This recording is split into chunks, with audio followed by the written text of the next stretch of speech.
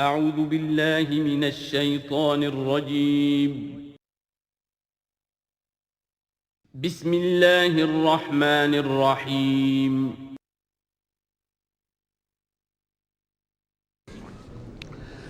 اعوذ باللہ من الشیطان الرجیم بسم اللہ الرحمن الرحیم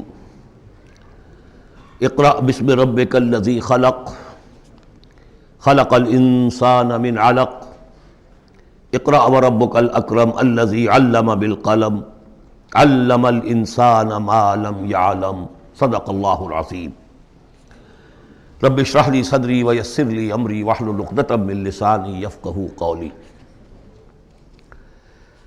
اس سے پہلے کئی مرتبہ یہ عرض کیا جا چکا ہے کہ حضور پر جو پہلی وحی آئی تقریباً اجماع ہے اس پر کہ وہ یہ 5 آیات ہیں سورہ علق کی۔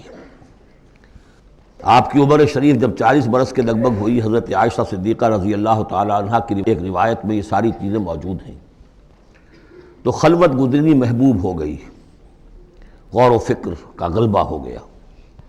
پھر آپ غار حرا میں جا کر کئی راتیں کئی دن قیام فرما ہوتے تھے، اور شارحین حدیث کا اس پر اجماع ہے کہ وہاں آپ کیا کرتے تھے؟ کان صفت و تعبدہ فی غار حرا تفکر والاعتبار، غور و فکر، سوچ بچار۔ اسی میں پھر ایک دن فرشتہ آیا ہے۔ فرشتے کا آنا اور فرشتہ کیا لے کر آیا جس پر کہ اس نے یہ کہا اقرا، پڑھو، وہ ذرا بات ہے کہ جو ذرا پیچیدہ ہے، سمجھنے کی ہے، وہ میں عرض کروں گا آپ سے۔ روایت یہ ہے کہ فرشتے نے کہا اقرا، تو حضور نے فرمایا ما انا بقاری۔ فرشتے نے اپنے ساتھ بھینچا لگا کر سینے کے ساتھ، پھر چھوڑ دیا، کہا کہو اقرا۔ حضور نے پھر کہا میں ما انا بقاری۔ تیسری مرتبہ پھر کیا، 3 مرتبہ کرنے کے بعد پھر یہ اقرا بسم ربک الذی خلق۔ تو اس میں میرے نزدیک وہ روایت صحیح ہے کہ یہ جو پہلی وحی آئی ہے یہ ما بین النوم والیقظہ، جبکہ آپ نیم بیداری اور نیم خوابیدگی کی کیفیت میں تھے، اور فرشتہ اس وقت ایک تختی پر لکھی ہوئی یہ آیات لے کر آیا تھا۔ ورنہ ظاہر بات ہے کہ آدمی پڑھا ہوا نہ ہو تب بھی اسی کی اپنی زبان میں کہا جا رہا ہو کہ یوں کہو، تو وہ تو کہنا مشکل نہیں تھا۔ 40 برس کی عمر تھی آپ کی، کوئی آپ بچے تو نہیں تھے، کوئی شے تھی کہ جس کو پڑھنا تھا۔ وہ جو پڑھنا ہے تو وہ اصل میں یہ اس عالم میں کہ جس کو آپ کہیں گے ما بین النوم والیقظہ، بیداری اور خواب کے بین کی کوئی کیفیت تھی جس میں کہ فرشتہ آیا ہے اور اپنی اصل ملکی شکل میں آیا ہے۔ اس لیے کہ پھر اس نے جب وہ بھی کوئی چیز لکھی ہوئی لایا ہے، روایتوں میں آتا ہے سونے کی تختی تھی جس پر یہ آیات لکھی ہوئی تھیں، تو اس پر آپ نے کہا ما انا بقاری، میں تو پڑھا ہوا نہیں ہوں۔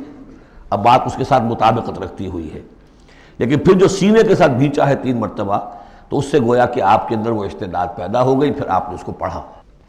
اور یہ میں یاد دلاتا ہوں کہ میں نے جب کہا تھا کہ جب دوسری وحی فترت کے بعد آئی ہے سورہ مدثر کی، تو حضور نے جب دیکھا تھا کہ اب یہ افق اعلیٰ پر یا افق مبین پر حضرت جبرائیل نظر آئے، کیسے پہچان لیا؟ وہی فرشتہ جو غار حرا میں آیا تھا، تو وہاں بھی وہ اپنی اصل ملکی شکل میں تھے، لیکن وہاں جو رؤیت حضور کو حاصل ہوئی تھی وہ پوری بیداری کی حالت کی نہیں تھی، ما بین النوم والیقظہ، یعنی کچھ نیم خوابی اور نیم بیداری کی کیفیت تھی، لیکن دیکھ لیا تھا حضرت جبرائیل کو ان کی اصل ملکی شکل میں اس وقت۔ لہذا پھر جب وہ پہاڑ سے اترتے ہوئے یا محمد کی صدا آئی، اور پھر آپ نے 2 مرتبہ تو ادھر ادھر دیکھا، کوئی نظر نہیں آیا، تو آپ کو کچھ خوف سا بھی طاری ہوا۔ پھر اچانک نگاہ اٹھی تو دیکھا کہ وہی فرشتہ کہ وہی کہ جو غار حرا میں آیا تھا، اس طرح ہے کہ آسمان زمین کے مابین افق پر، اور اس طرح سے کہ پورا افق بھر گیا۔ تو یہ ہے اس کا پس منظر۔ اقرا بسم ربک الذی خلق، پڑھو اپنے اس رب کے نام سے جس نے پیدا کیا۔ خلق الانسان من علق، انسان کو پیدا کیا اس نے اس جونک کی طرح کی چیز سے کہ جو رحم مادر میں چمٹ گئی تھی۔ اقرا وربک الاکرم، پڑھو اور تمہارا رب بہت کریم ہے، بہت کریم ہے، بہت مہربان ہے۔ الذی علم بالقلم، جس نے کہ تعلیم دی ہے قلم کے ساتھ۔ عام انسانی تعلیم قلم کے ذریعے سے ہے، حضور کے لیے قلم کے درجے میں فرشتہ ہے، فرشتے کے ذریعے سے حضور کو سکھایا گیا ہے۔ علم الانسان ما لم یعلم، اور انسان کو سکھایا ہے جو کچھ کہ وہ نہیں جانتا تھا۔ اس وحی سے آپ کی نبوت کا ظہور ہو گیا۔ نبی تو پیدائشی طور پر نبی ہوتا ہے، لیکن اس کا ظہور ہوا ہے اس وحی کے ساتھ۔ البتہ اس میں کوئی تبلیغ کا حکم نہیں ہے، وہ تو پھر جب وہ وحی آئی ہے، جب کہ فرشتے کو دیکھا ہے افق اعلیٰ پر، افق مبین پر، اس کے بعد جب گھر گئے ہیں اور پھر آپ کمبل اوڑھ کر لیٹ گئے ہیں، دہشت کی کیفیت طاری تھی، پھر وہ سورہ مدثر کی آیات نازل ہوئیں، یا ایھا المدثر قم فانذر وربک فکبر، وہاں سے پھر آپ کی رسالت کا آغاز ہوا کہ اے لحاف میں لپٹ کر لیٹنے والے اب کھڑے ہو جاؤ، انذار کرو، خبردار کرو لوگوں کو، اور اپنے رب کی کبریائی کا اعلان کرو اور اس کی کبریائی کے نفاذ کی جد و جہد کرو۔ یہ ہم پڑھ چکے ہیں سورہ مدثر میں۔ اس کے بعد میں نے عرض کیا تھا سورہ مدثر ہی میں 7 آیتوں میں حضور سے خطاب کے بعد پھر 3 آیتیں تھیں۔ فَإِذَا نُقِرَ فِي النَّاقُورِ فَذَلِكَ يَوْمَئِذٍ يَوْمٌ عَسِيرٌ عَلَى الْكَافِرِينَ غَيْرُ يَسِيرٌ۔ یہاں پھر دیکھیے، یہاں اب 3 آیتیں آ رہی ہیں، یہ آخرت کا فلسفہ بیان کر رہی ہیں۔ کَلَّا إِنَّ الْإِنسَانَ لَيَطْغَىٰ، کوئی نہیں، انسان طغیانی پر، سرکشی پر، زیادتی پر، ظلم پر، تعدی پر آمادہ ہو ہی جاتا ہے۔ کیوں ہو جاتا ہے؟ وہی حساس اور ذہین آدمی جو بیٹھا غور کر رہا ہے کہ یہ کیا ہو رہا ہے معاشرے میں، کیوں ظلم ہو رہا ہے، کیوں تعدی ہو رہی ہے، کیوں غلط روی لوگوں نے اختیار کی ہے، ہو جاتا ہے انسان۔ کیوں ہو جاتا ہے؟ الراہ استغنا، وہ اپنے آپ کو دیکھتا ہے کہ اس پر پکڑ کوئی نہیں، انگارہ زبان پر رکھوں گا تو جل جائے گی، جھوٹ بولوں گا کچھ بھی نہیں ہوگا، اگر میں کہیں زہر کھاؤں گا مر جاؤں گا، حرام کا مال کھاؤں گا کچھ نہیں ہوگا۔ کہ یہ دنیا جو ہے یہ فزیکل لاز پر چل رہی ہے، یہاں مورل لاز جو ہیں آپریٹو نہیں ہے۔ اخلاقی قوانین ہے تو صحیح موجود، انسان کے نفس میں ہے، یہ اچھائی یہ برائی، لیکن دنیا جو چل رہی ہے اس میں ان اخلاقی قوانین کا کوئی دخل نہیں ہے، وہ صرف فزیکل لاز پر چل رہی ہے۔ آگ جلا دے گی اور جھوٹ سے کچھ بھی نہیں ہوگا، چھالا بھی نہیں ہوگا، اور آپ نے اگر کہیں پر سنکھیا کھا لیا تو مر جائیں گے، اور آپ حرام خوری جتنی چاہے کرتے جائیں کچھ نہیں ہوگا۔ یہ جو ہے کہ moral law is not operative, جبکہ فزیکل لا آپریٹو ہے، اس وجہ سے انسان جو ہے سرکشی پر، تعدی پر آمادہ ہو جاتا ہے۔ اب اس کا علاج کیا ہے؟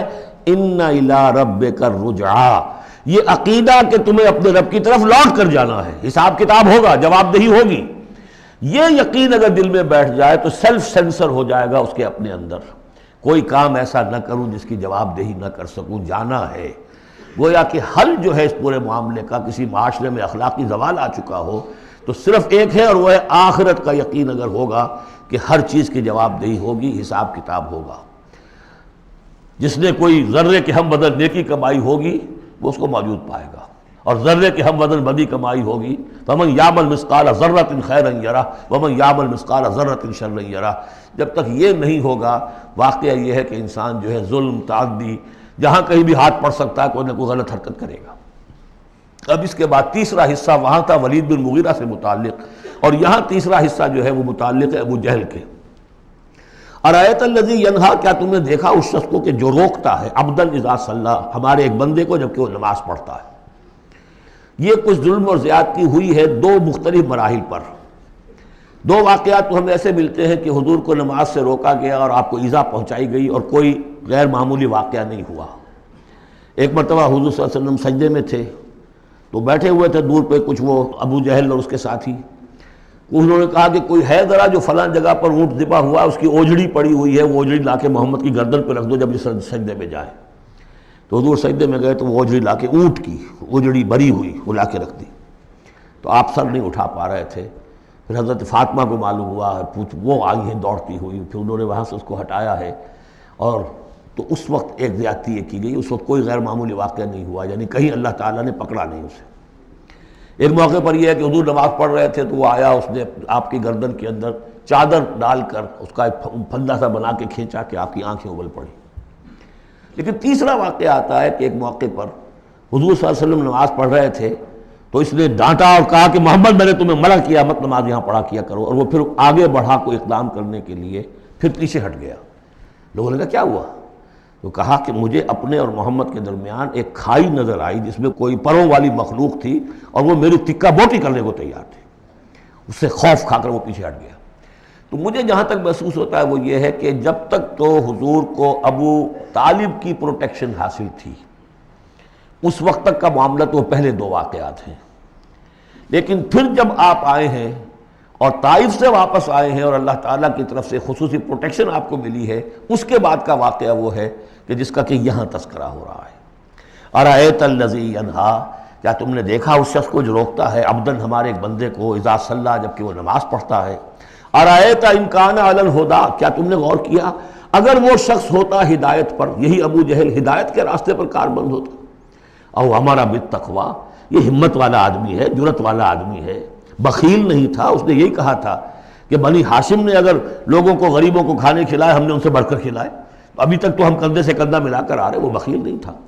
پھر جری تھا، بہادر تھا، میدان جنگ میں گیا ہے، لیڈ کیا ہے لشکر کو اپنے، اور جب گردن کاٹنے لگے تھے تو کہتا تھا نیچے سے کاٹنا تاکہ نیزے کے اوپر چڑھاؤ گے تو معلوم ہو کہ اونچی گردن ہے کسی سردار کی گردن ہے۔ تو یہ چیزیں اس کے اندر تھیں، مرد میدان تھا۔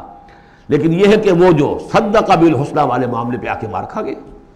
لیکن یہ کہ اگر یہی شخص ایمان لے آیا ہوتا، ہدایت پر ہوتا، تقویٰ کی تعلیم دیتا، تو آپ سمجھیے پھر کیا ہوتا، گویا کہ ایک اور عمر فاروق مل گیا ہوتا اس امت کو۔ بالکل ان کی شخصیتوں کے اندر بڑا پیرلل انداز ہے۔ حضرت عمر بھی لڑنے بھڑنے والے آدمی، کشتیاں کرنے والے آدمی، ادھر سے جا رہے ہیں اس کو دھکا دے رہے ہیں، اس مزاج کے آدمی تھے۔ لیکن یہ کہ بہرحال ان میں وہ چیز موجود تھی کہ بخل نہیں اور بزدلی نہیں۔ ان دو چیزوں کے بعد جو ہے پھر یہ کہ تصدیق بالحسنی کے لیے اللہ تعالیٰ نے ایک راستہ کھول دیا ان کے لیے، تو ان کے وہ عمر فاروق بن گئے، اس لیے کہ دعا کی تھی محمد رسول اللہ نے۔ ارأیت ان کذب وتولی، کیا تم نے سوچا کہ اس نے جو جھٹلایا ہے اور منہ موڑ لیا ہے، الم یعلم بان اللہ یری، کیا یہ جانتا نہیں کہ اللہ دیکھ رہا ہے؟ کلا لئن لم ینتہ، ہرگز نہیں، اگر یہ باز نہ آیا، لنسفعا بالناصیہ، ہم گھسیٹیں گے اس کی چوٹی کے بال پکڑ کر، ناصیۃ کاذبۃ خاطئہ، یہ پیشانی کہ جو خطا کار ہے، جھوٹی ہے، فلیدعو نادیہ، تو بلا لے وہ اپنی پارٹی کے لوگوں کو، بلا لے اپنی مجلس کے لوگوں کو، ہم نشینوں کو، سندعو الزبانیہ، ہم بلا لیں گے جہنم کے فرشتوں کو، کلا لا تطعہ واسجد واقترب، اے نبی آپ اس کی بات نہ مانیے، آپ سجدہ کیجئے اور اللہ سے قریب ہو جائیے۔ بسم اللہ الرحمن الرحیم، انا انزلناہ فی لیلۃ القدر، یہ دیکھیے ربط بڑا عمدہ چلا آ رہا ہے، پہلی وحی کے فوراً بعد ہم نے اتارا ہے اس کو لیلۃ القدر میں۔ وما ادراک ما لیلۃ القدر، کیا تم جانتے ہو کیا ہے لیلۃ القدر؟ لیلۃ القدر خیر من الف شہر، وہ لیلۃ القدر 100 مہینوں سے بہتر ہے۔ تنزل الملائکۃ والروح، وہاں ہم پڑھ چکے ہیں تفصیل سے کہ یہ اینول بجٹ سیشن ہے اللہ تعالیٰ کا اس دنیا کے نظام کے لیے۔ ہر سال میں جو کچھ ہونا ہوتا ہے اس کے فیصلے ہو جاتے ہیں۔ فیہا یفرق کل امر حکیم، اس شب میں سب فیصلے ہو جاتے ہیں، اگلے سال کیا کچھ ہونا ہے، اور وہ فرشتوں کے حوالے کر دیے جاتے ہیں۔ ایشو ہو گئے آرڈر، اب ان کی ہے امپلیمنٹیشن۔ یدبر الامر من السماء الى الارض ثم یعرج الیہ، فرشتے جو ہیں امپلیمنٹ کرتے ہیں ان احکام کو، اور پھر وہ رپورٹیں جو ہے واپس پہنچتی ہیں۔ تو اسی رات میں قرآن مجید کے نزول کا آغاز ہوا۔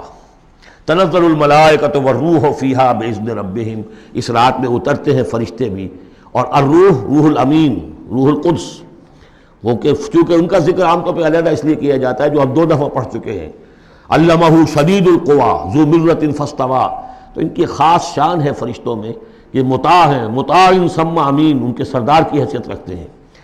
تو تنزل الملائکۃ والروح فیہا باذن ربہم، اپنے رب کے حکم سے، من کل امر، ہر امر، جو سارے فیصلے ہو چکے ہوتے ہیں آئندہ سال کے، ان کے بارے میں جو ہے ان کو احکام دے دیے گئے ہوتے ہیں۔ فیہا یفرق کل امر حکیم، یہ ہم وہاں پڑھ چکے ہیں۔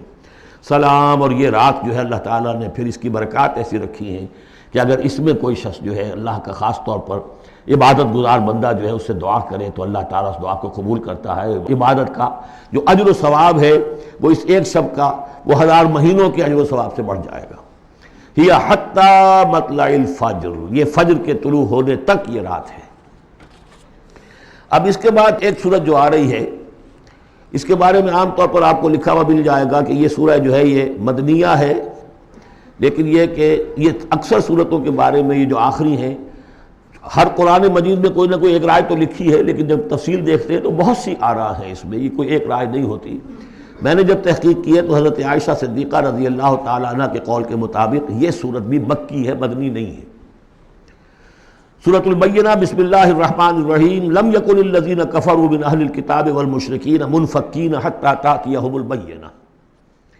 نہیں تھے وہ لوگ جنہوں نے کفر کیا تھا اہل کتاب میں سے اور مشرکین میں سے کہ انہیں علیحدہ کر دیا جاتا یا باز آ جاتے، حتیٰ تاتیہم البینہ، جب تک کہ ان کے پاس بینہ نہ آ جاتی ہے۔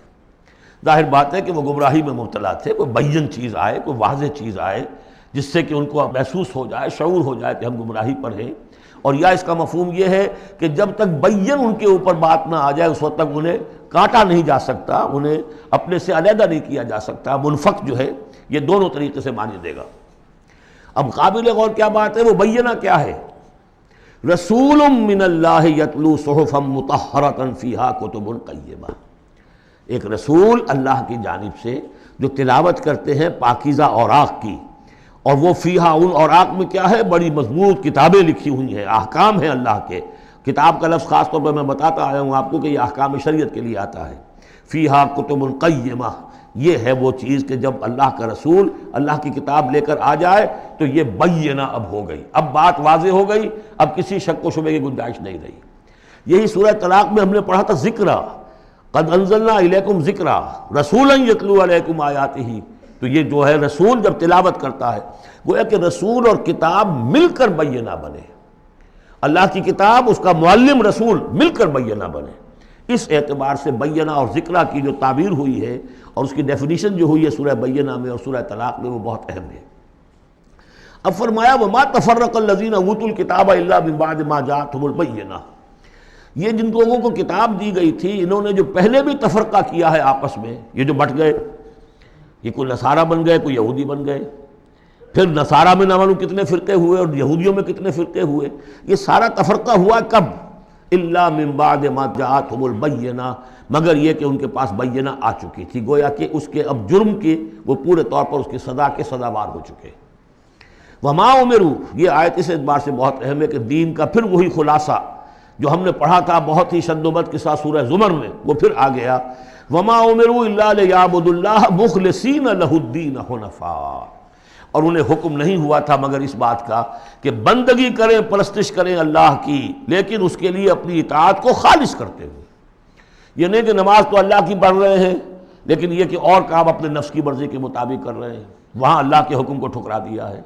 کاروبار جو کر رہے ہیں وہ اور طریقوں سے کر رہے ہیں جو حرام ہے، تو یہ تو پھر بندگی نہ ہوئی۔ یہ تو وہ بات ہو گئی افتؤمنون ببعض الکتاب وتکفرون ببعض، کیا تم ہماری کتاب اور شریعت کے ایک حصے کو مانتے اور ایک کو رد کر دیتے ہو؟ فما جزاء من یفعل ذلک منکم الا خزی فی الحیاۃ الدنیا، تو جو کوئی بھی تم میں سے یہ رویہ اختیار کرے گا اس کی کوئی سزا اس کے سوا نہیں ہے کہ دنیا میں ذلیل و خوار کر دیے جائیں، ویوم القیامۃ یردون الی اشد العذاب، اور قیامت کے دن بدترین عذاب میں جھونک دیے جائیں۔ دنیا کی رسوائی تو آج ہمارے ماتھے پر لکھی ہوئی ہے۔ 1.5 ارب انسان، 1.25 ارب تو کم سے کم ہے، 120-130 کروڑ سے کم نہیں آج مسلمان، عزت نام کی کوئی شے نہیں۔ عالمی معاملات میں وی ہیو نو سے، کسنمی پرست کے بھیا کس تھی، ہماری پالیسیاں کہیں اور بنتی ہیں، کہیں اور سے ہمارے بجٹ کے لیے انسٹرکشن کہیں اور سے آتی ہیں، اور تو اور بات ہے۔ تو وما امروا الا لیعبدوا اللہ مخلصین لہ الدین حنفاء، یکسو ہو کر پوری زندگی اللہ کے قانون کے تحت ہوگی تو پھر عبادت قبول ہوگی، ورنہ یہ جو ہے کہ کچھ اللہ کو دو اور کچھ قیصر والا قیصر کو دو، خدا والا خدا کو دو، یہ اسلام میں قابل قبول نہیں۔ اب اس کے بعد فرمایا وَيُقِيمُ الصَّلَاةَ وَيُؤْتُوا الزَّكَاةَ، اس کے علاوہ وہ نماز قائم کریں، زکوٰۃ ادا کریں۔ بندگی اور شے ہو گئی، نماز اور زکوٰۃ علیحدہ شے ہو گئی۔ بندگی تو اطاعت ہے، زندگی آمد برائے بندگی، زندگی بے بندگی شرمندگی۔ اس بندگی کے تقاضوں کو پورا کرنے کے لیے نماز دی گئی آپ کو، تاکہ آپ یاد تو کرتے رہیں، اللہ کو یاد تو کرتے رہیں، تاکہ وہ جو عہد کیا ایاک نعبد و ایاک نستعین دن میں 5 مرتبہ تازہ ہو جائے۔ اس کو حفیظ نے کہا ہے کہ سرکشی نے کر دیے دھندلے نقوش بندگی، آؤ سجدے میں گریں، لوح جبین تازہ کریں۔ یہ جو ہے اس کے اوپر دھندلے ہو گئے نقوش بندگی، نماز پڑھو تاکہ یہ بندگی کا نقش پھر اور چمک اٹھے۔ ایاک نعبد و ایاک نستعین کتنی مرتبہ دہراؤ گے سورہ فاتحہ کو ہر نماز میں تو تم اپنے عہد کو تازہ کر رہے ہو۔ اور زکوٰۃ دو، وذالک الدین القیمہ، یہی ہے سیدھا دین، ہمیشہ کا دین۔ ان الذین کفروا من اہل الکتاب والمشرکین، بے شک وہ لوگ جنہوں نے کفر کی روش اختیار کی، خواہ وہ اہل کتاب میں سے تھے یہود اور نصارہ، والمشرکین خواہ وہ مشرکین میں سے تھے، فی نار جہنم خالدین فیہا، وہ ہوں گے جہنم کی آگ میں، اس میں ہمیشہ ہمیشہ رہیں گے۔ اولئک ہم شر البریہ، یہ یقیناً بدترین خلائق ہے۔ ان الذین آمنوا وعملوا الصالحات، اس کے برعکس وہ لوگ جو ایمان لائے جنہوں نے نیک عمل کیے، اولئک ہم خیر البریہ، یہ بہترین خلائق ہے۔ اللہم ربنا اجعلنا منہم، اللہ تعالی ہمیں ان میں شامل ہونے کی توفیق عطا فرمائے۔ جزاؤہم عند ربہم جنات عدن تجری من تحتہا الانہار خالدین فیہا ابدا، ان کا بدلہ ہوگا ان کے رب کے پاس وہ باغات، رہنے والے باغات، ریزیڈنشل گارڈنز، جن کے دامن میں ندیاں بہتی ہوں گی اور جس میں وہ رہیں گے ہمیشہ ہمیش ہمیشہ ہمیش۔ یہ مقام اور ایک سورۃ تغابن جو ہم نے پڑھی تھی، اس وقت میں نے وہ بات کا تذکرہ نہیں کیا تھا۔ دو مقامات قرآن مجید کے ایسے ہیں جہاں جو سائملٹینیس کنٹراسٹ ہے وہ یہ ہے کہ جہنم کے لیے صرف خالدین فیہا آیا ہے اور جنت کے لیے خالدین فیہا ابدا، تو یقیناً کوئی نہ کوئی فرق ہے۔ ویسے جہنم کے لیے بھی قرآن میں دوسرے مقامات پر ابدا بھی آیا ہے اور پھر سارا کچھ، لیکن جہاں کنٹراسٹ آ جائے جو فوری ہو، تو یہ جو سائملٹینیس کنٹراسٹ کے حوالے سے چنانچہ اسی بنیاد پر امت کے دو بڑی عظیم شخصیتوں کی رائے یہ ہے کہ جہنم ابدی نہیں ہے، ایک وقت میں آ کے کھوکھلی ہو جائے گی، ختم ہو جائے گی۔ یا تو وہ جہنمی وہ ہوں گے کہ جن میں خیر کا سرے سے کوئی ایلیمنٹ ہی نہیں، انہیں جلا کر راکھ کر دیا جائے گا، معدوم ہو جائیں گے، جیسے حیوانات معدوم ہو جائیں گے۔ اور اگر کوئی خیر کا ایلیمنٹ ہے تو جیسے بھٹی میں چڑھا کر دھو کر کپڑا نکال لیا جاتا ہے، ایسے ہی وہ ان کی روح جو ہے وہ نکال لی جائے گی اور وہ پھر جنت میں پہنچ جائیں گے۔ لیکن یہ عام اہل سنت کا عقیدہ نہیں ہے، لیکن یہ ہے کہ دو افراد ہیں جو بہت عظیم ہیں۔ ایک تو یہ کہ جو یوں سمجھیے کہ شیخ اکبر کہلاتے ہیں، صوفیہ میں بہت چوٹی کی شخصیت، محی الدین ابن عربی۔ دوسرے وہ شخص کہ جو ہر اعتبار سے محی الدین ابن عربی سے بہت شدید اختلاف کرتے ہیں، بہت شدید اختلاف، امام ابن تیمیہ۔ اور جو یوں سمجھیے کہ سلفی جو المسلک جو لوگ بھی ہیں دنیا میں، ان کے نزدیک سب سے بڑے امام جو ہیں، سب سے بڑے عالم وہ امام ابن تیمیہ ہے رحمۃ اللہ علیہ، ان کی رائے بھی یہی ہے۔ تو دو عظیم اشخاص کا اس پر متفق ہو جانا، متفق گردید رائے بو علی بارائے من، تو یہ وہ یقیناً جو ہے اس قابل تھا کہ میں آپ کو اس کا تذکرہ ذکر بتا دوں۔ رضی اللہ عنہم، یہ لوگ جو ہیں وہ لوگ کہ ان الذین آمنوا وعملوا الصالحات اولئک هم خیر البریہ جزاؤہم عند ربہم جنات عدن تجری من تحتہا الانہار خالدین فیہا ابدا رضی اللہ عنہم ورضوا عنہ، اللہ تعالیٰ ان سے راضی ہو گیا اور وہ اس سے راضی ہو جائیں گے۔ جب جائیں گے وہاں تو اللہ تعالیٰ وہ کچھ دے گا کہ راضی ہو جائیں گے۔ ذالک لمن خشی ربہ، یہ ان کے لیے ہے جو اپنے رب سے ڈرتے رہے۔ اللہم ربنا اجعلنا منہم، اللہم ربنا اجعلنا منہم۔ سورۃ الزلزال، اس کے بارے میں بھی اختلاف ہے کہ یہ مکی ہے یا مدنی ہے، میرے نزدیک مکی ہے 100%۔ اور اس کے بارے میں ایک روایت یہ آئی ہے کہ حضور نے فرمایا ہے کہ یہ ایک سورت جو ہے 1000 آیات کے ہم وزن ہے اپنی فضیلت کے اعتبار سے۔ بسم اللہ الرحمن الرحیم، اذا زلزلت الارض زلزالہا، جب زمین ہلائی جائے گی جیسے کہ ہلائی جائے گی، یعنی تم اس وقت اندازہ نہیں کر سکتے کیسے ہلائی جائے گی۔ اسی کا نقشہ کھینچا گیا ہے سورہ حج کے شروع میں، یا ایھا الناس اتقوا ربکم ان زلزلۃ الساعۃ شیء عظیم، اس قیامت کا زلزلہ بہت بڑی شے ہوگا۔ یوم ترونھا تذہل کل مرضعۃ عما ارضعت وتضع کل ذات حمل حملها وتری الناس سکارى وما هم بسکارى ولکن عذاب اللہ شدید۔ تو اذا زلزلت الارض زلزالها واخرجت الارض اثقالها، اور زمین اپنے سارے بوجھ نکال کر پھینک دے گی۔ انسان دفن ہوں گے، چاہے دفن ہو چاہے کہیں سمندر میں غرق ہوئے ہوں، آخر ان کے اجزاء کہاں گئے؟ اسی زمین میں ہے۔ سمندر کی تہہ میں بھی تو زمین ہی ہے، کیا ہے؟ اسی زمین میں، یہیں سے نکلے تھے ان کے جسم، منہا خلقناکم وفیہا نعیدکم ومنہا نخرجکم تارۃ اخری، وہ اپنے بوجھ نکال کے فارغ ہو جائے گی۔ وقال الانسان ما لہا، انسان کہے گا اس سے کیا ہوا، یہ کیا حالات ہو گئے، کیا صورت بنی ہے؟ یومئذ تحدث اخبارہا، اس دن یہ زمین اپنی خبریں سنائے گی بھی کہ یہ حضرت انسان میری پیٹھ پر سوار ہو کر کیا حرکتیں کرتا رہا ہے، اس کی خبر بھی دے گی۔ جیسے کہ فرمایا گیا سورہ حامیم السجدہ میں، ہمارے اپنے ہاتھ ہمارے خلاف گواہی دیں گے، ہمارے اپنے پاؤں ہمارے خلاف گواہی دیں گے، ہماری اپنی جلدیں اور کھالیں ہمارے خلاف گواہی دیں گی، اور ہم کہیں گے گھبرا کر کہ لما شہدتم علینا، تم نے ہمارے خلاف کیوں گواہی دی، تم تو ہمارے عضو ہو۔ اور وہ کہیں گے انطقنا اللہ الذی انطق کل شیء، آج ہمیں بھی اللہ نے زبان دے دی، اس نے سب کو زبان دی تھی۔ تو یہ زمین بھی اپنے احوال سنائے گی۔ بِأَنَّ رَبَّكَ أَوْحَىٰ لَهَا، یہ اس لیے کہ اس کے رب نے اسے حکم دیا ہوگا، اس کی وحی اسے آ گئی ہوگی۔ یومئذ یصدر الناس اشتاتا، یہ اشتاتا وہی لفظ آ گیا شتا، ان سعیکم لشتا، تم اگرچہ انسان ہو، سبھی نظر آ رہے ہو انسان، لیکن یہ کہ تمہاری سعی و جہد کے رخ بالکل مختلف ہے۔ فاما من آتا واتقى وصدق بالحسنى فسنيسره لليسرى واما من بخل واستغنى وكذب بالحسنى فسنيسره للعسرى۔ یہاں فرمایا وہ چیز اب وہاں ظاہر ہو جائے گی، یومئذ یصدر الناس اشتاتا، لوگ علیحدہ علیحدہ ہو جائیں گے، لیروا اعمالهم، تاکہ انہیں ان کے اعمال دکھا دیے جائیں۔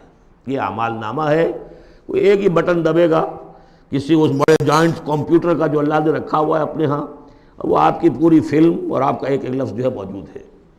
فَمَن يَعْمَلْ مِثْقَالَ ذَرَّةٍ خَيْرًا يَرَهُ، تو جس کسی نے ذرے کے ہم وزن بھی کوئی نیکی کمائی ہوگی وہ اسے اپنے سامنے موجود پائے گا۔ وَمَن يَعْمَلْ مِثْقَالَ ذَرَّةٍ شَرًّا يَرَهُ، اور جس کسی نے نیکی بدی کی ہوگی ذرے کے ہم وزن وہ سامنے۔ اب ذرہ کسے کہتے تھے عربی زبان میں؟ آپ نے شاید کبھی دیکھا ہو کہ یہ چونٹیاں ہوتی ہیں، ان چونٹیوں کے بھی انڈے ہوتے ہیں، ان انڈوں سے جو بچہ نکلتا ہے وہ ذر کہلاتا ہے۔ اب ظاہر بات ہے کہ ہر زبان کے اندر کسی شے کے لیے، چھوٹی چیز، حقیر چیز کے لیے ان کی اپنے آبزرویشن سے وہ چیز لی جاتی ہے۔ جیسے میں نے آپ فتیلہ، کہ کھجور کی ناف میں جو لگا ہوا ہوتا ہے چھوٹا سا ایک تاگا سا، وہ فتیلہ ہے۔ نقیرہ وہ کیا ہے؟ تل۔ تو جو چیزیں بھی ان کے ہاں تھی مطلب چھوٹا، ذرے سے مراد ہے کہ سب سے چھوٹی شے۔ فَمَن يَعْمَلْ مِثْقَالَ ذَرَّةٍ شَرًّا يَرَهُ، اس کا لفظ ہم دیکھ چکے ہیں سورہ کہف میں، جب وہ اعمال نامہ رکھا جائے گا، وَوُضِعَ الْكِتَابُ فَتَرَى الْمُجْرِمِينَ مُشْفِقِينَ مِمَّا فِيهِ وَيَقُولُونَ يَا وَيْلَتَنَا مَا لِهَذَا الْكِتَابِ لَا يُغَادِرُ صَغِيرَةً وَلَا كَبِيرَةً إِلَّا أَحْصَاهَا وَوَجَدُوا مَا عَمِلُوا حَاضِرًا، جو کیا ہوگا موجود ہوگا۔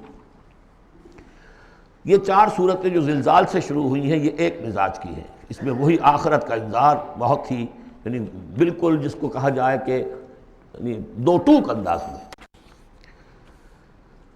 سورۃ العادیات، بسم اللہ الرحمن الرحیم، والعادیات ضبحا فالموریات قدحا فالمغیرات صبحا فاثرن به نقعا فوسطن به جمعا۔ یہ پانچویں اور آخری صورت ہے اس اسلوب کی جو صافات سے شروع ہوا تھا، والصافات صفا فالزاجرات زجرا، پھر آئی والذاریات ذروا، اور پھر اس کے بعد آئی والمرسلات عرفا، پھر آئی والنازعات غرقا، اور یہ آخری ہے والعادیات ضبحا۔ اور ان قسموں کے بارے میں بھی اجماع ہے، ان کے معنی میں کوئی اختلاف نہیں ہے۔ وہ گھوڑے کے جو دوڑتے ہیں ہانپتے ہوئے، قسم ہے ان گھوڑوں کی، یا گواہ ہیں وہ گھوڑے جو دوڑتے ہیں ہانپتے ہوئے۔ فالموریات قدحا، پھر وہ اپنے سموں سے چنگاریاں نکال رہے ہوتے ہیں، جب وہ کسی پتھر کے ساتھ ٹکراتے ہیں تو چنگاری نکلتی ہے۔ فالموریات قدحا فالمغیرات صبحا، اور پھر وہ الصبح in the small hours of the morning جا کر غارت گری کرتے ہیں۔ یہ عربوں کا جو کلچر تھا، ان کی جو تہذیب تھی، لوٹ مار، اور لوٹ مار کے لیے ان کا وقت مقرر تھا small hours of the morning, جبکہ بہت سکون سے لوگ سوئے ہوئے ہیں، ٹھنڈی ٹھنڈی ہوا چل رہی ہوتی ہے، بہت ہی مریض کو ساری رات بھی اگر نیند نہ آئی ہو تو اس وقت آ جاتی ہے، وہ وقت ایسا ہوتا ہے۔ اس میں جاتے تھے وہ برق رفتاری کے ساتھ گھوڑوں پر جا کر لوٹ مار کیا، قتل کیا، اور پھر بھاگے وہاں سے۔ یہ ان کا عام جو ہے کلچر ہے، لیکن اس میں استعمال کون ہو رہا ہے؟ گھوڑا۔ اچھا، یہ گھوڑا جو ہے پھر ان کی جنگوں میں بھی استعمال ہوتا تھا، جبکہ آمنے سامنے جنگیں ہیں، وہ جنگوں کے اندر جاتا تھا، حالانکہ اس کی تو کسی سے لڑائی نہیں ہے، وہ صرف اپنے مالک کی وفاداری کر رہا ہے، جو اسے کچھ کھلا دیتا ہے، کوئی دانہ ڈالتا ہے، کوئی کبھی اس کے جو ہے وہ مالش کر دیتا ہے، اس کا اتنا وفادار ہے کہ فرمایا فالمغیرات صبحا فاثرن به نقعا، اور پھر جا کر وہ گرد اٹھاتا ہوا دوڑ کر جاتا ہے، فوسطن به جمعا، اور جمعیت کے اندر گھس جاتا ہے۔ آپ کو معلوم پچھلی زمانوں میں کیا ہوتا تھا، لے کر نیزہ اور یا کوئی اور شے جو ہے وہ سوار گھوڑے کو لے کر دوڑا ہے، کس میں؟ دشمن کے اندر صفوں میں گھس رہا ہے، اور تیر آ رہا ہے، گھوڑا مر رہا ہے، ہوتا ہے، تلوار لگی ہے، گھوڑا مر گیا ہے، تو گھوڑا یہ رسک کیوں لے رہا ہے؟ یہ ہے اصل میں اس صورت کی جو اصل مرکزی بات ہے، محض یہ بات، انسان جو اس کا مالک ہے اس کا خالق نہیں ہے، صرف یہ ہے کہ اسے دانہ ڈالتا ہے، اسے گھر پہ باندھتا ہے، اس کی سیوا کرتا ہے۔ اس صرف دانہ دینے اور سیوا کرنے پر اس کے اندر اتنی وفاداری ہے کہ وہ اپنے مالک کی ذرا سی ایڑ کی تھوڑی سی اس کا اشارہ ہوتا ہے اور ہوا کی طرح بات کرتا ہے، جہاں اس کو حکم ہوتا ہے وہ دوڑتا ہے، اپنی جان جوکھوں میں ڈالتا ہے۔ اب فرمایا ان الانسان لربہ لکنود، لیکن یہ انسان اپنے رب کا بڑا ناشکرا ہے۔ وہ جو کھلاتا ہے، پلاتا ہے، رزق دیتا ہے، جو خالق ہے، یہ وفاداری اللہ کے لیے انسان میں نہیں۔ کتے کی وفاداریاں دیکھو، گھوڑوں کی وفاداریاں دیکھو، ان میں کتنی وفاداری ہوتی ہے۔ والعادیات ضبحا فالموریات قدحا فالمغیرات صبحا فاثرن بہ نقعا فوسطن بہ جمعا ان الانسان لربہ لکنود۔ کنٹراسٹ، ایک اس کا طرز عمل ہے، ایک اس انسان کا طرز عمل ہے۔ وَإِنَّهُ عَلَىٰ ذَلِكَ لَشَهِيدٌ بَلِ الْإِنسَانُ عَلَىٰ نَفْسِهِ بَصِيرًا، سورہ قیامہ میں جو ہم نے پڑھا ہے اسے خود بھی معلوم ہے کہ میں ناشکری کر رہا ہوں۔ وَإِنَّهُ لِحُبِّ الْخَيْرِ لَشَدِيدٌ، لیکن یہ مال اور دولت کی محبت میں بہت شدید ہو جاتا ہے۔ مال اور محبت کی دولت کی وجہ سے حرام حلال کی تمیز ہٹا دیتا ہے، حالانکہ اس کا نفس ملامت کرتا ہے۔ لا اقسم بیوم القیامہ ولا اقسم بالنفس اللوامہ، وہ اللہ تعالیٰ کی نشانیوں میں سے ایک نشانی ہے انسان کے اپنے اندر۔ افلا یعلم اذا بعثر ما فی القبور، تو کیا اسے یہ معلوم نہیں ہے کہ جب زمین میں جو کچھ ہے، قبروں میں جو کچھ ہے، تلپٹ کر دیا جائے گا، انہیں نکال لیا جائے گا۔ وحصل ما فی الصدور، اور جو کچھ ان کی سینوں میں چھپا ہوا ہے وہ بھی نکال لیا جائے گا۔ ان ربہم بہم یومئذ لخبیر، یقیناً اس دن ان کا رب ان سے پوری ان کی باتیں جو ہیں ان سے باخبر ہوگا، ان کی خبر لے لے گا اور ان سے حساب کتاب لے لے گا۔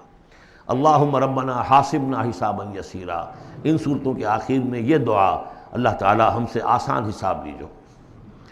سورۃ القارعہ، یہ وہ انداز ہے الحاقہ ملحاقہ والا۔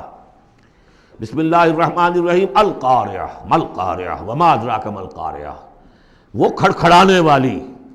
وہ کیا ہے وہ کھڑکھڑانے والی؟ قرع کہتے ہیں دروازے پر آ کر زور زور سے کوئی مکے مار رہا ہے دروازہ کھلوانے کے لیے، کسی نے سنا نہیں ہے مار رہا ہے، قارع قرع یہ ہے۔ القارعہ، جب وہ آئے گی قیامت تو گویا کہ اس پوری دنیا کو کھڑکھڑائے گی۔ ملقارعہ وما ادراک ملقارعہ، یوم یکون الناس کالفراش المبثوث، جس دن انسان ایسے ہوں گے جیسے پتنگے ہوتے ہیں بکھرے ہوئے۔ وتکون الجبال کالعہن المنفوش، اور پہاڑ ایسے ہو جائیں گے جیسے روئی یا اون ہو دھنکی ہوئی۔ فاما من ثقلت موازینہ، تو پھر جن لوگوں کے نیکیوں کے پلڑے بھاری ہوں گے۔ اصل میں دو شکلیں ہیں میزان کی، ایک میزان ہوتی ہے ترازو جس کے دو پلڑے ہیں، ایک ہے سپرنگ بیلنس، وہ ایک ہی پلڑا ہے اس کے اندر، تو وہ تو اس کے اندر جو بھی سپرنگ ہے وہ بتاتا ہے کہ یہ اس کا وزن کتنا ہے۔ تو دو رائے ہیں، ایک تو یہ ہے کہ موازین سے مراد یہ کہ صرف نیکی کا وزن کیا جائے گا اور دیکھا جائے گا وہ ریکویزٹ لیول تک ہے یا نہیں، تو اس کی جو موزون ہے نیکیوں کے موازین وہ اگر بھاری ہے ایک معیار ہوگا، اور معیار بھی ہوگا ہر شخص کا انڈیویجول، لا نکلف اللہ نفسا الا وسعہا۔ اگر اس کے اپنے شاکلہ، اس کے اپنے جینز، اس کے اپنے جو بھی ماحول کے اثرات تھے، ان سب کی رعایت کرنے کے باوجود ایک مطلوبہ مقدار تک نیکی کا عنصر نکل آیا، فاما من ثقلت موازینہ فہو فی عیشۃ راضیہ، وہ ہوگا بڑے عیش کی زندگی میں جس میں اس کے لیے رضا ہی رضا ہے، راضی رہے گا ہمیشہ، جو ہے اس کی زندگی جو ہے خوشی پر ہوگی، خرم۔ واما من خفت موازینہ، جس کے وہ نیکیوں کے پلڑے جو ہے ہلکے ہوئے، فامہ ہاویہ، تو اس کا ٹھکانہ ہے ایک گڑھا۔ وما ادراک ما ہی، اور جانتے وہ گڑھا کیا ہے؟ نار حامیہ، آگ ہے دہکتی ہوئی۔ اللہم اجرنا من النار یا مجیرو یا مجیرو یا مجیر۔ سورۃ التکاثر، بسم اللہ الرحمن الرحیم۔ الہاکم التکاثر، تمہیں غافل کیے رکھتی ہے بہتات کی طلب، اور چاہے اتنا مال ہے، اتنی دولت ہے کہ 10 نسلوں کے لیے کافی ہو جائے، لیکن یہ کہ انسان کی طبیعت اس سے بڑھتی نہیں، اور چاہے بڑے میاں کی ٹانگیں قبر میں لٹکی نظر آ رہی ہوں دنیا کو، لیکن وہ دولت کی حرص ختم نہیں ہوتی۔ الہاکم التکاثر، تمہیں یہ کثرت اور یہ غافل کیے رکھتی ہے۔ حتی زرتم المقابر، یہاں تک کہ تم قبروں تک پہنچ جاتے ہو، اس وقت تک یہ ختم نہیں ہوتی۔ یعنی یہ حوث جو ہے انسان میں، دولت کی لالچ اور دولت کی محبت، اس کو بھرتی ہے تو قبر کی مٹی سے وہ بھری جاتی ہے، کسی اور مقدار سے دنیا میں یہ حوث نہیں بڑھتی۔ اور یہ سورہ حدید کی وہ آیت یاد کر لیجئے، اعلموا انما الحیاۃ الدنیا لعب ولہو وزینۃ وتفاخر بینکم وتکاثر فی الاموال والاولاد، وہ آخری سٹیج ہے انسانی زندگی کی، اور یہ موت تک ختم نہیں ہوتی۔ کلا سوف تعلمون، کوئی نہیں، اس وقت تمہیں معلوم ہو جائے گا، حقیقت کھل جائے گی۔ ثم کلا سوف تعلمون، پھر کوئی بات نہیں، ابھی تم رہو اس غفلت میں، اس بدہوشی میں رہو، کوئی بات نہیں۔ ثم کلا سوف تعلمون، حقیقت ایک دن آئے گا کہ مبرہن ہو کر سامنے آ جائے گی۔ جیسے سورہ جمعہ میں پڑھا تھا ہم نے کہ اے نبی ان سے کہہ دیجئے کہ اگر تم موت سے بھاگ رہے ہو تو موت خود آ کر تم سے ملاقات کر لے گی، تم چاہے نہ بھی چاہو وہ تو آ جائے گی، تو وہ حقائق تم پر روشن ہو جائیں گے۔ یہ بالکل ایسے ہی ہے جیسے کہ آخری پارے کی پہلی سورت عما یتساءلون عن النبأ العظیم الذی هم فیہ مختلفون کلا سیعلمون ثم کلا سیعلمون کلا لو تعلمون علم الیقین، کوئی نہیں، کاش کہ تم جان جاتے یقین والا علم، یہ یقینی علم ہے، کاش کہ ہو جاتا۔ اب اس پر جو ہے ہمارے بعض حکماء نے علم الیقین، عین الیقین اور حق الیقین کے 3 درجے قائم کیے۔ علم الیقین، آپ نے کہیں دیکھا دھواں ہے، آپ نے کہا آگ لگی ہے، حالانکہ آپ نے آگ دیکھی نہیں ہے، کسی دلیل سے استدلال سے آپ نے انفر کیا ہے کہ آگ نکلی، یہ علم الیقین ہے۔ عین الیقین، آپ نے جا کر دیکھ لیا آنکھ سے کہ آگ لگی ہوئی ہے، اب یہ اور یقین پختہ ہو گیا۔ لیکن ایک ہو سکتا ہے پتہ نہیں یہ آگ ہے یا آگ کی شکل ہے۔ آج کل بہت سے وہ ایسے بنے ہوتے ہیں ہیٹرز کہ جو گھر میں جا کر یہ معلوم ہوتا دیکھتے ہوئے انگارے رکھے ہے کچھ بھی نہیں ہوا، تو اصل میں تو لائٹ کہیں اور، وہ جو حرارت آ رہی ہے وہ تاروں میں سے آ رہی ہے، وہ دہتے انگارے جو نظر آ رہے ہیں وہ ہرگز ہے ہی نہیں، آگ ہے ہی نہیں، آگ کی شکل ہے۔ لیکن اگر کہیں آپ نے انگلی بھی جا کر دے دی اور وہ جب جلی ہے تو اب حق الیقین حاصل ہو گیا کہ ہاں یہ آگ ہی ہے، اس لیے کہ اس کا تجربہ آپ کو خود حاصل ہو گیا۔ تو یہ ہے کلا لو تعلمون علم الیقین، کاش کہ تمہیں اس دنیا میں رہتے ہوئے علم الیقین ہی حاصل ہو جائے۔ لترون الجحیم، پھر تمہیں اس جہنم کو دیکھنا ہے، ثم لترونها عین الیقین، پھر عین الیقین کے ساتھ اس کے دھوکے ہوں گے۔ ثم لتسألن یومئذ عن النعیم، پھر اس دن تم سے سوال کیا جائے گا، پوچھا جائے گا کیا کیا نعمتیں ہم نے تمہیں دی تھی اور تم نے وہاں کیا کیا ہے۔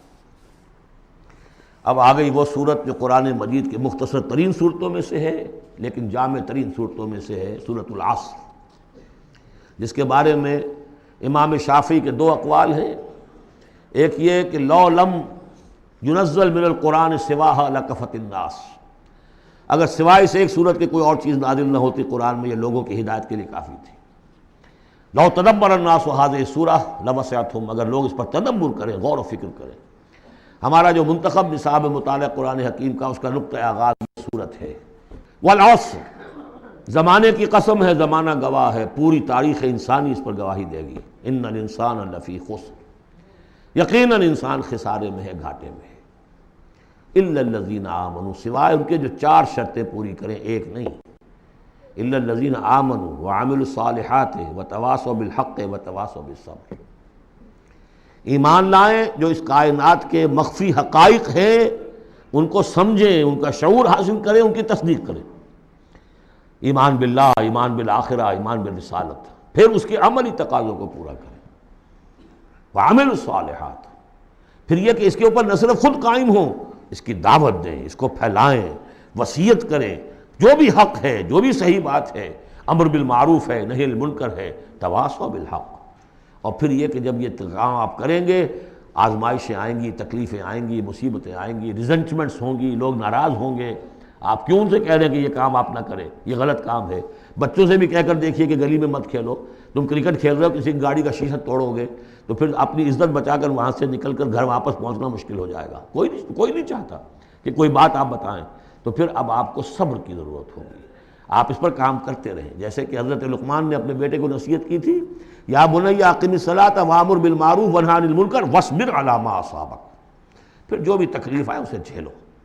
پھر یہ کہ آدمی جو ہے بزدل نہ ہو، تھر دلا نہ ہو، کہ اس قدم سے واپس آ جائے، اس خوف سے کہ کہیں مجھے اس میں کوئی تکلیف نہ آ جائے۔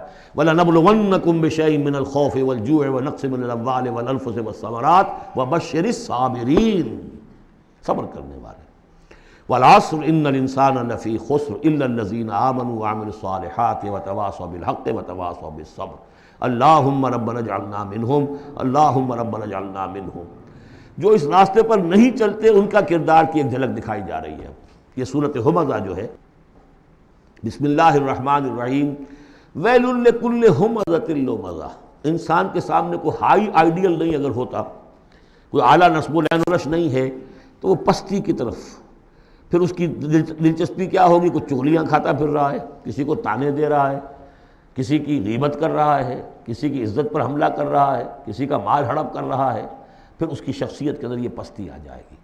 وہی جس پستی کو دیکھ کر ایک حساس انسان مایوس ہو جاتا ہے کہ انسان میں خیر کوئی ہے ہی نہیں، یہ تو گویا کہ گندگی کی ایک پوٹ ہے۔ کسی سے پوچھ لیجئے، کوئی کہے گا سیکس، اور سیکس اتنا کہ باپ اگر بیٹی کو محبت بھری نگاہ سے دیکھ رہا ہے تو وہ بھی سیکس ہے، ماں اگر بیٹے کے جسم پر کوئی شفقت سے ہاتھ پھیرے تو وہ بھی سیکس ہے، یہاں تک پہنچا گیا۔ تو یہ کہ انسان کے اندر کوئی اعلیٰ جذبہ، کوئی اعلیٰ فکر ہے ہی نہیں، کسی کوئی بتایا ہمیں؟ انسان تو نرا حیوان ہے، گندگی کی پوٹ ہے۔ کوئی شخص جو ہے بڑا اونچا واعظ کہہ رہا ہے اور کوئی زیر لب مسکرا رہا ہوگا کہ یہ واعظ جو فرما رہے ہیں اپنا روب گاٹھنا چاہ رہے ہیں، یہ کوئی ان کی اور کوئی غرض ہوگی، کوئی شاید کوئی نذرانہ ملنا ہو انہیں جس کے لیے واعظ فرما رہے ہیں۔ واعظ تو بڑا عمدہ ہے، لیکن انسان جانتا ہے کہ بڑے گھٹیا انسان کے بالعموم جو موٹیوز ہیں انتہائی گھٹیا ہوتے ہیں، جس سے کہ انسان کی یعنی فطرت سے انسان جو ہے مایوس ہو جاتا ہے کہ شاید انسان میں کوئی خیر ہے ہی نہیں۔ اسی لیے وہ 4 قسمیں کھائیں تھیں، والتین والزیتون وطور سینین وہذا البلد الامین لقد خلقنا الانسان فی احسن تقویم۔ کیا محمد انسان نہیں تھے؟ کیا موسیٰ انسان نہیں تھے؟ کیا عیسیٰ انسان نہیں تھے؟ کیا نوح انسان نہیں تھے؟ انسانی عظمت کے اوپر اتنی بڑی بڑی گواہیاں موجود ہیں، لیکن جب پستی پر آتا ہے تو واقع ہے کہ اس سے پست کوئی نہیں۔ پھر اسفل سافلین، جتنا کینہ انسان میں پیدا ہو جاتا ہے اونٹ کے اندر نہیں ہے، جتنی شہوت انسان میں پیدا ہو جاتی ہے سور میں نہیں ہے اتنی۔ یہ ساری چیزیں جو ہے، نقالی جتنی انسان کرتا ہے اتنا آپ کسی بندر میں نہیں دیکھیں گے نقالی کرتے ہوئے، اور جتنا یوں سمجھیے کہ انسان کے اندر خونخواری پیدا ہو جاتی ہے، بھیڑیوں کو مار دے جاتا ہے انسان۔ جو کچھ ہوتا ہے جب نیشنلزم کا بھوت سوار ہوتا ہے سر پر، بچوں کو، چھوٹے چھوٹے بچوں کو اچھال کر بلموں میں اور نیزوں کے اندر کون پروتے رہے؟ انسان پروتے رہے۔ سن 47 میں پروئے گئے کہ نہیں؟ وہ انسان تھے، بھیڑیے سے زیادہ کوئی بھیڑیا ایسا کام نہیں کرے گا۔ ویل لکل ہمزۃ لمزہ، بڑی خرابی ہے اس شخص کے لیے کہ جو عیب چنتا رہتا ہے لوگوں کے اور تانے دیتا رہتا ہے۔ الذی جمع مالا وعددہ، جس کی ساری سعی و جہد اسی میں رہی، مال کمایا اور اسے گنتا رہا، اب میرے ایسٹس اتنے ہو گئے، آج کی بیلنس شیٹ اس سال کی جو ہے اس میں یہ اضافے ہو گئے۔ یحسب ان مالہ اخلدہ، کچھ گمان یہ کرتا ہے شاید کہ اس کا مال اسے ہمیشہ باقی رکھے گا۔ ظاہر بات ہے آدمی جانتا ہے مجھے مرنا ہے، لیکن اسی مال کو صرف کر کے وہ کوئی ایسے نشانات دنیا میں چھوڑ کے جانا چاہتا ہے کہ جس سے اس کا نام زندہ رہے۔ پیرامڈز کیوں بنائے گئے؟ calm and self-possessed, still and resolute. The pyramids، یہ اہرام مصر اتنے اونچے اونچے، ہزارہا انسان اس پہ لگے رہے ہوں گے تب یہ بنے ہوں گے، کتنی بڑی بڑی چٹانیں، کتنے لوگ ان کے نیچے دب کر مرے ہوں گے۔ Pyramids echo unto eternity, the defiant cry of man's will to survive and conquer the storms of time۔ تو مال سے انسان نے اپنے نام کو زندہ رکھنے کی کوشش کی ہے۔ کلا، ہرگز نہیں، لَيُنبَذَنَّ فِي الْحُطَمَةِ، یہ جھونک دیا جائے گا حطمہ میں۔ وَمَا أَدْرَاكَ مَا الْحُطَمَةُ، اور تم جانتے ہو کہ وہ کیا ہے؟ حطمہ کیا ہے؟ نار اللہ الموقدہ، وہ آگ ہے سلگائی ہوئی، التی تطلع علی الافئدہ، جو دلوں کے اوپر بھڑکے گی۔ اب یہ آگ کون سی ہوگی؟ ایک تو ہمارے زمانے میں ایک صاحب تھے، اگرچہ وہ کوئی عالم دین تو نہیں تھے، انگریزوں کی فوج میں رہے تھے تو کچھ انہوں نے چیزیں پڑھی تھیں، وہ اس حطمہ کو ایٹم سے تعبیر کرتے ہیں، اور ایٹم کا جو ہوتی ہے، جو آپ کو معلوم ہے کہ پھر اس سے جو پھیلتی ہے اس کی، چاہے وہ براہ راست آگ نہیں ہوتی، وہ اس کا فال آؤٹ جو ہے وہ یقیناً جو ہے کہ جو چیر کے انسان کے وجود کو چلا جاتا ہے اندر۔ یہ چیزیں ہیں، کون کون سی آگیں ہیں آپ سمجھیے۔ ایک آگ تو وہ ہے لکڑی سے ہم نے جلائی ہے، وہ جلاتی ہے تو اس کو جلاتی ہے۔ ایک آگ وہ ہے جو انفرا ریڈ ریز ہے، الٹرا وائلٹ ریز ہے، یا کوئی اور ریز ہے، یہ کھال کو کچھ نہیں کہتی، اندر جا کے جس آپ جسم کے جس حصے کو چاہتے ہیں اسے حرارت پہنچاتی ہے۔ وہ آگ جو ہے نار اللہ الموقدہ التی تطلع علی الافئدہ، دلوں پر جا کر وہ روشن ہوگی۔ انہا علیہ موصدہ، پھر وہ ان پر بند کر دی جائے گی تاکہ ساری حرارت انہی کے اوپر رہے۔ فی عمد ممددہ، بڑے اونچے اونچے لمبے ستونوں میں۔ اب جو 10 صورتیں رہ گئی ہیں ان میں سے اکثر کا تعلق سیرت النبی سے ہے صلی اللہ علیہ وسلم، اور اس میں سب سے پہلے جو ہے عرب کا وہ جو ماحول اس وقت کا تھا جس میں اپنے حضور پیدا ہوئے ہیں، آپ کی ولادت باسعادت ہوئی ہے، اور اس کے کچھ واقعات کی طرف اور ان کا جو معاشی اس وقت کا معاملہ تھا خاص طور پر قریش کا، اس کی طرف اشارہ ہے۔ حضور کی ولادت ہوئی ہے عام الفیل میں، جس سال کہ آیا تھا ابرہہ یمن سے فوج لے کر، اور وہ بیت اللہ کو گرانا چاہتا تھا۔ اس کا ایک لمبا تاریخی پس منظر ہے، عیسائی تھا وہ، اس نے کلیسا بنایا تھا، وہ چاہتا تھا جیسے لوگ جو ہے آتے ہیں بیت اللہ میں حج کرنے کے لیے ہجوم ہوتا ہے، ایسے ہی یہاں کلیسا میں آئیں۔ وہاں کوئی آیا نہیں، بلکہ کوئی عرب نے جا کر شرارت بھی کی، وہیں جا کر وہ رفع حاجت کرایا اندر۔ اس پر جو غصہ اسے چڑھا، اس نے کہا کہ اب ان کا جو ہے یہ بیت اللہ میں ڈھاؤں گا۔ وہ فوج لے کر آیا ہے جس میں ہاتھی بھی تھے، اسی لیے وہ اصحاب الفیل کہلاتے ہیں۔ لیکن اللہ تعالیٰ نے اپنے اس گھر کی حفاظت فرمائی معجزانہ طریق پر۔ چھوٹے چھوٹے پرندے بھیجے ہیں جو سمندر کی طرف سے غول کے غول آئے، اور ان کے چونچوں میں اور ان کے پنجوں میں چھوٹے چھوٹے کنکر تھے، لیکن وہ کنکر جب وہ اوپر سے آ رہا ہے تو وہ گولی کا کام کرتا ہے، اس کی جو ویلوسٹی ہے اور مومنٹم جو بنتا ہے اس کا اوپر سے گرنے کی وجہ سے، تو اس نے گولیوں کا کام کیا اور پوری فوج جو ہے تہس نہس ہو گئی۔ الم تر کیف فعل ربک باصحاب الفیل، کیا تم نے دیکھا نہیں کیا حشر کیا تمہارے رب نے ان ہاتھی والوں کا؟ الم یجعل کیدہم فی تضلیل، کیا اس نے ان کی تمام تدبیروں کو اور جو داؤ انہوں نے لگایا تھا بیکار اور غیر مؤثر نہیں کر دیا؟ وارسل علیہم طیرا ابابیل، اور ان پر بھیج دیے جھنڈ کے جھنڈ اڑتے ہوئے جانوروں کے، پرندوں کے، ترمیہم بحجارۃ من سجیل، جو ان کو رمی کرتے تھے۔ یہ رمی کی یادگار در حقیقت اسی کی ہے جو حج میں جا کے کی جاتی، ترمیہم رمی، وہ ان کو مارتے تھے بحجارۃ من سجیل، کنکریاں، وہی کنکریاں، سنگ گل، یہ معرب ہے فارسی سے، وہ چھوٹی کنکریاں جو ریت کی بنی ہوتی ہیں۔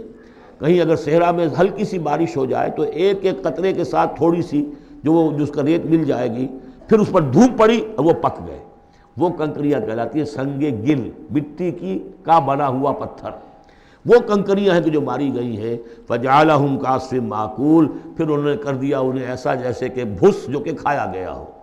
جانوروں کے آگے آپ نے چارہ ڈالا، وہ کھا لیا، پھر کوئی جو کچھ پڑا رہ جاتا ہے ادھر ادھر، اس طرح کا کر دیا، ان کا نام و نشان مٹا دیا۔ اور یہ سن ہے جس میں کہ حضور کی پیدائش ہوئی ہے۔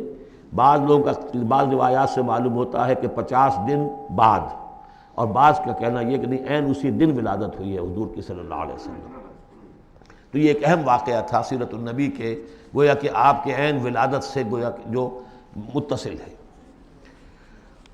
سورۃ قریش، بسم اللہ الرحمن الرحیم، لإلاف قریش ایلافہم رحلۃ الشتاء والصیف فلیعبدوا رب ھذا البیت الذی اطعمہم من جوع وآمنہم من خوف۔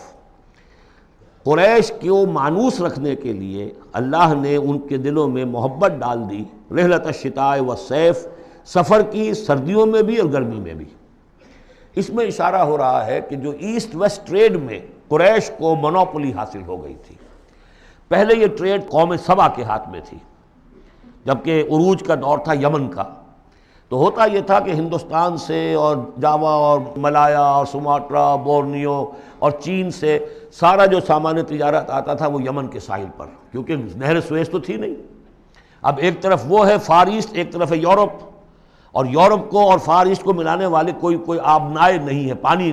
اور وہ راستہ جو ہے round the Cape of Good Hope, وہ تو 1498 میں واسکو ڈی گاما نے تلاش کیا ہے، گویا کہ حضور کی بعثت کے بعد 800 برس بعد۔ اس وقت کیا شکل تھی کہ سارا یورپ کا سامان تجارت آیا تھا فلسطین کے ساحل پر، شام کے ساحل پر، اور یہاں سے سارا مال آ کر اترتا تھا یہ یمن کے ساحل پر۔ تو کچھ عرصے پہلے تک، تو کوئی 150-200 برس پہلے تک حضور سے یہ ساری تجارت یمنیوں کے ہاتھ میں تھی۔ یمنی قافلے لے کر چلتے تھے، یہاں سے اس مال کو لے گئے وہ وہاں تک، شام تک، پھر وہاں سے مال لے آئے، اور یہ ایک طرح سے گویا کہ ایسٹ اینڈ ویسٹ جو ٹریڈ تھی اس میں انہیں کی پوزیشن حاصل تھی۔ پھر جب سیل العرم آیا ہے، ان پر سیلاب آیا ہے، وہ تباہ و برباد ہو گئے، تو پھر یہی ایسٹ ویسٹ ٹریڈ جو ہے یہ قریش کے ہاتھ میں آ گئی۔ اور ان کو خاص طور پر پروٹیکشن یہ حاصل تھی کہ چونکہ یہ خانہ کعبہ کے متولی تھے اور وہاں تمام قبیلوں کے بت رکھے ہوئے تھے، گویا کہ سب کے خدا ہاسٹیج تھے ان کے پاس، لہذا ان کے قافلے پر کوئی حملہ نہیں کر سکتا تھا، کسی اور کا قافلہ بچ کے جا نہیں سکتا، اس قافلے کو لوٹتے تھے بدو۔ اور اس کو جو ہے کوئی حفاظت نہیں ہوتی تھی. لیکن قریش کا قافلہ بدو دور رہتے تھے کہ یہ تو خانہ کعبہ کے متولی ہیں، اور اگر ہم نے ان کا قافلہ لوٹا یہ ہمارا بت اٹھا کے پھینک دیں گے باہر وہ خانہ کعبہ سے.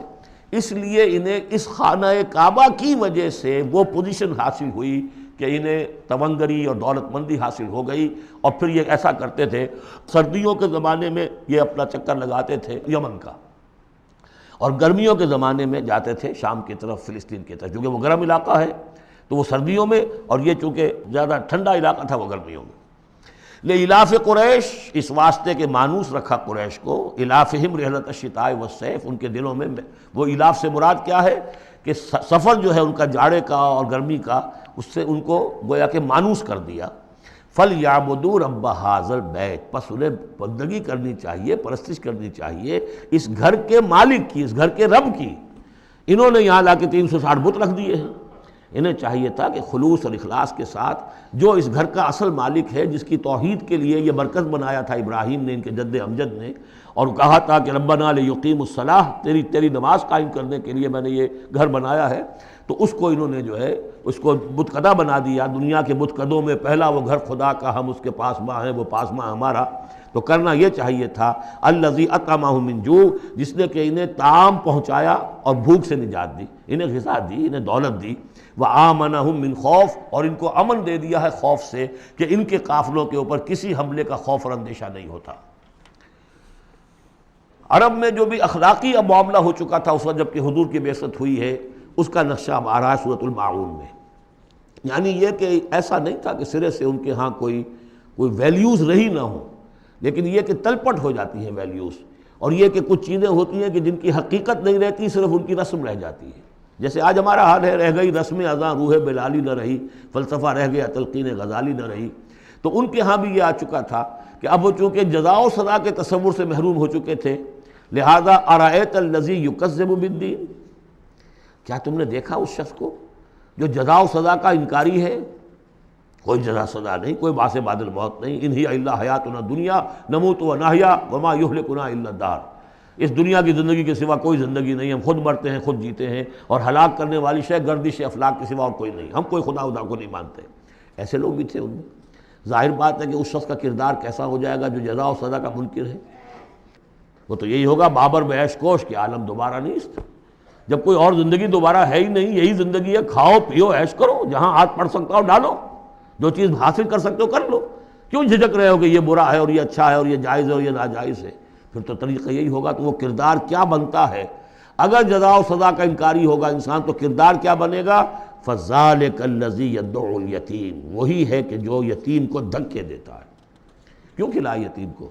کون سا فائدہ ہے اسے سے؟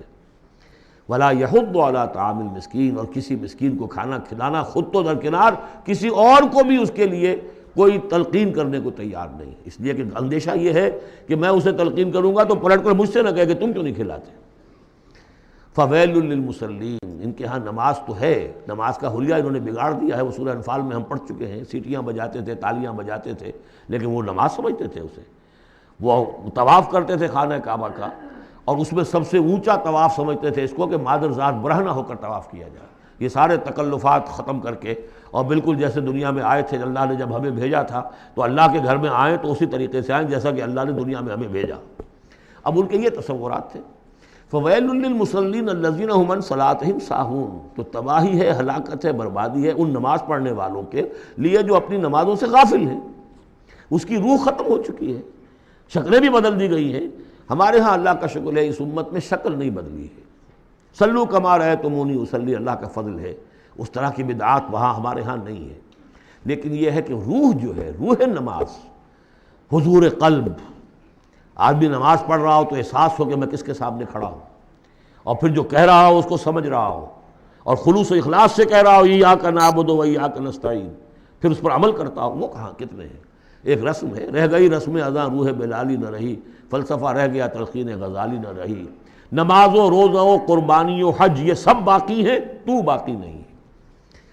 الذین هم عن صلاتهم ساہون الذین هم یراؤون، اور اگر کوئی نیکی کا کام کرتے ہیں تو دکھاوے کے لیے، تاکہ اس سے کچھ شہرت ملے، بڑا بہت سخی آدمی ہے، وَيَمْنَعُونَ الْمَاعُونَ، لیکن ان کی شخصیت کے اندر پستی کا عالم یہاں تک آ گیا ہے کہ عام استعمال کی چیزیں بھی مانگے تانگے نہیں دیتے۔ عرب میں بھی رواج تھا، بھئی کہیں سے کسی کے چولہے میں سے کوئی انگاری لے آؤ تاکہ ہم آگ روشن کر لیں، نمک ہے کسی سے مطلوب ہے تو اس کا کوئی جھجک نہیں ہوتی تھی، نمک دے دیا جاتا تھا، لیکن وہ لوگ ان چیزوں میں بھی آ کر شقی ہو جاتا ہے۔ سورۃ الکوثر، اس پس منظر میں محمد الرسول اللہ کا ظہور ہو رہا ہے۔ یہ تین صورتیں جو ہیں اس نے پس منظر رکھا، ایک نے تاریخی، ایک نے ان کا معاشی اور اقتصادی، ایک نے ان کی اخلاقی اور مذہبی حیثیت۔ سورۃ الفیل وہ تاریخی واقعہ جو ہے، ظاہر بات ہے بہت بڑا واقعہ، اس کا بڑا چرچا ہوا ہوگا حضور کی بعثت کے ساتھ متعلق، لیکن دوسری طرف بیت اللہ اور اس کی وجہ سے قریش کو اس کے متولی ہونے کی وجہ سے جو امن حاصل تھا اور جو انہیں اللہ کی طرف سے روزی پہنچ رہی تھی، تیسرے ان کی اخلاقی پستی جس حد کو پہنچ گئی تھی، اس میں جب ظہور ہو رہا ہے محمد الرسول اللہ کی نبوت کا، یہ سورۃ الکوثر، بسم اللہ الرحمن الرحیم، انا اعطیناک الکوثر فصل لربک وانحر ان شانئک ھو الابتر۔ اے نبی، ہم نے آپ کو خیر کثیر عطا کیا۔ اس خیر کثیر میں یوں تو یہ کہ حوض کوثر وہ بھی اسی میں شامل ہے، لیکن یہ کہ اس پر آپ کو 25-30 قول مل جائیں گے۔ قرآن سب سے بڑا خیر کثیر ہے، بہت بڑا خیر کثیر۔ حکمت، وَمَن یُؤْتَ الْحِکْمَةَ فَقَدْ أُوتِیَ خَیْرًا کثیرا، جس کو حکمت اور دانائی دے دی گئی اس کو تو خیر کثیر دے دیا گیا۔ تو ہم نے آپ کو وہ سب کچھ عطا کر دیا ہے اور محتاط کے ساتھ عطا کر دیا ہے، جو انسان کی انسانیت کے لیے، اس کے لیے یوں سمجھیے کہ ترہ امتیاز بن سکتا ہے۔ فَصَلِّ لِرَبِّكَ وَانْحَرْ، پس اپنے رب کے لیے نماز پڑھا کیجئے اور نحر کیجئے، اونٹ قربان کیا کیجئے۔ یہ گویا کہ عید الاضحیٰ کا نقشہ آ گیا۔ فَصَلِّ لِرَبِّكَ، پہلے ہم نماز پڑھتے ہیں دوگانہ عید الاضحیٰ، اور پھر جا کر ہم قربانی کرتے ہیں۔ وَانْحَرْ إِنَّ شَانِئَكَ هُوَ الْأَبْتَرُ، یقیناً آپ کا دشمن ہی ہے کہ جو دم کٹا ہو جائے گا۔ اس کا پس منظر یہ ہے کہ جب حضور کے ایک صاحبزادے بچپنی میں فوت ہو گئے تو کچھ جو کفار تھے مکے کے، انہوں نے بڑی خوشیاں منائیں کہ ایک ہی بیٹا تھا، باقی تو ان کی بیٹیاں ہیں۔ آپ کو معلوم ہے کہ 4 بیٹیاں تھیں حضور کی صلی اللہ علیہ وسلم، لیکن یہ کہ بیٹا جو تھا وہ ایک ہی تھا، وہ اللہ نے اٹھا لیا، تو بڑے خوشیاں منائی گئیں کہ یہ تو اب دم کٹا جیسے ہوتا ہے جس کا کوئی پیچھے نام نہ رہ جائے۔ بیٹیوں سے تو نام چلتا نہیں، نام تو چلتا بیٹوں سے، تو اب ان کا تو کوئی تذکرہ ہی نہیں رہے گا، کوئی بات نہیں، جب تک یہ ہیں آگے کوئی نام لینے والا نہیں۔ تو فرمایا کہ نہیں، ان کو تو کروڑوں بیٹے اللہ عطا کرے گا، کروڑوں اربوں بیٹے عطا کرے گا۔ ہاں اے نبی، آپ کا دشمن ضرور ہے کہ جس کا نام لیوا کوئی نہیں رہے گا۔ یہ جو ہے سورۃ الکافرون، یہ گویا کہ ایک اعلان ہوتا ہے آخری کسی نبی کی طرف سے کہ جب کہ وہ اپنی دعوت پیش کر چکا ہو، اتمام حجت کر چکا ہو، ہر طرح سے بات واضح ہو چکی ہو اور قوم اس کی نہ مان رہی ہو، تو پھر وہ اعلان برات کرتا ہے، اب میرا تم سے کوئی تعلق نہیں۔ قُلْ يَا أَيُّهَا الْكَافِرُونَ لَا أَعْبُدُ مَا تَعْبُدُونَ، کہہ دیجئے اے نبی، اے کافروں۔ یہ انداز کبھی بھی داعیانہ نہیں ہوتا، داعی کا انداز ہوتا ہے یا ایھا الناس، اے لوگوں، اے خدا کے بندو، یا ایھا الکافر، یہ ہے گویا کہ اعلان برات اس وقت جب کہ اب وہ سیپریشن ہو رہی ہے۔ آپ دیکھیں گے لکم دینکم ولی دین، ٹھیک ہے، تم نے جو تھا اپنے لیے چن لیا، اب تمہیں مبارک ہو، میرا دین وہ ہے جس پر میں قائم ہوں۔ تو گویا کہ اب تمہارے درمیان ڈائلاگ بھی ختم ہے۔ قُلْ يَا أَيُّهَا الْكَافِرُونَ لَا أَعْبُدُ مَا تَعْبُدُونَ، میں ہرگز پوجنے والا نہیں اس کو جنہیں تم پوجتے ہو۔ وَلَا أَنْتُمْ عَابِدُونَ مَا أَعْبُدُ، نہ تم پوجنے والے اس کو جسے میں پوجتا ہوں۔ اس میں نفی ہو رہی ہے۔ وہ کہتے تھے ہم تو اللہ کو بھی پوجتے ہیں، ہاں اس کے ساتھ کچھ اور چیزوں کو بھی پوجتے ہیں، لیکن اللہ کا پوجنا اگر کسی شرک کے ساتھ ہے تو وہ نفی ہے اس کی بالکل۔ وَلَا أَنْتُمْ عَابِدُونَ مَا أَعْبُدُ، کوئی تمہارا اپنا تصور کا اللہ ہوگا، کوئی خدا جو تم نے بنا رکھا جسے پوج رہے ہو، میں جسے پوج رہا ہوں اسے تم نہیں پوج رہے۔ وَلَا أَنَا عَابِدٌ مَّا عَبَدتُّمْ، اور نہ ہی میں ہمیشہ آئندہ بھی کبھی بھی پوجنے والا ہوں اس کا جس کی بندگی تم کر رہے ہو۔ وَلَا أَنْتُمْ عَابِدُونَ مَّا أَعْبُدُ، نہ تم پوجنے والے ہو اس کی جس کو میں پوج رہا ہوں۔ لَكُمْ دِينُكُمْ وَلِيَ دِينِ، اب میرے اور تمہارے راستے علیحدہ ہو گئے، تمہارے لیے تمہارا دین، جو طریقہ تم نے اختیار کیا ٹھیک ہے، تمہیں مبارک ہو، میرے لیے میرا دین ہے۔ بارک اللہ لی ولکم فی القرآن العظیم ونفعنی وإیاکم بالآیات والذکر۔